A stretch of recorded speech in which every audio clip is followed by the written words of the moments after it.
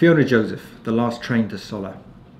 The man in the fedora spies on a former lover. That's what happens in this story. In the first paragraph, the first page, it starts with a generic romantic cliche. The train at the station, waiting for the lover. And any generically recognisable scene is acceptable as long as the text knows what it is and then goes somewhere different with it. And that's what this story will do. It turns out that the train is not a standard scheduled train, and the loved one is with another lover. So these differences make the manipulation of generic expectations playful, involving, enjoyable, and as a reader I like playing that game. In that first paragraph, I would say though that it only works because the scene is clearly orientated. Details can't be undermined unless first they're effectively established. And here we have the event, the train leaving, the man with the plan, the woman, the place, Mallorca. Now a large amount of information is economically delivered. It's a very well worked text, and it gives a good opportunity to look at some fine polishing style of editing.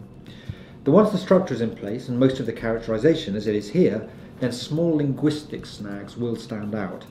And you can wait until this final stage of editing to find them. But the fine editing. On line 6 you have the word fond. Now considering the intensity of his emotion, which is going to propel this story, this is not a strong enough adjective. It's not urgent enough. And on line 7, urgency is important here to the action. The train is about to leave, and the urgency will be lessened if there are too many words in a sentence. The reader wants to get to the next bit, as do the characters wanting to catch the train. You have the word that apostrophe S. Is this word necessary? Now it's actually two words, that is, for the reading mind to compute. That holds back the reader.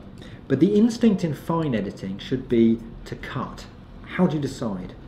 If you look at that single word, that, on the next line there's another instance of the word that. The sound is taking over, and in the next line again, that is at the start of a sentence where the sound is emphasized because it repeats the same word of 2 lines earlier. You could cut both instances in line 7 and line 8. The prose moves better, and it allows that realization of the third that's with full force. 6 lines from the bottom. In action sequences, such as this one, try and be true to an active principle in the writing. So that doesn't just mean avoidance of the passive mood, but of any distancing phrases. Here you have it galvanizes. The it drags the attention back with the bell. Get to the man. Whatever he's doing, he has to do quickly. So conflate where possible. 5 lines from the bottom. So he can becomes to. 3 lines up from the bottom. The train is moving out. Avoid going backwards. You have eyed to eventuality. And what is added there, which is not already present in the italics? Prepared is the same as expected. Eventuality repeats this. So they're both repeats of the same information.